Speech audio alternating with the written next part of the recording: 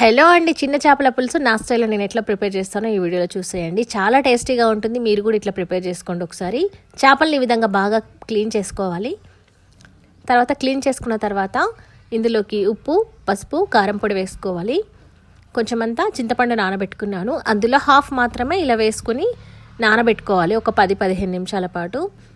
ఇలా ఉప్పు, పసుపు, కారం అన్నీ పట్టి చేప మంచిగా వస్తుంది. మసాలా అయితే ఈ విధంగా ప్రిపేర్ చేసుకున్నాను. వెల్లుల్లి, ధనియాలు, కొన్ని మెంతులు, జీలకర్ర, తర్వాత వేయించుకున్న ఉల్లిపాయలు, కొన్ని వాటర్ వేసి ఈ విధంగా మసాలా పేస్ట్ చేసుకోవాలి.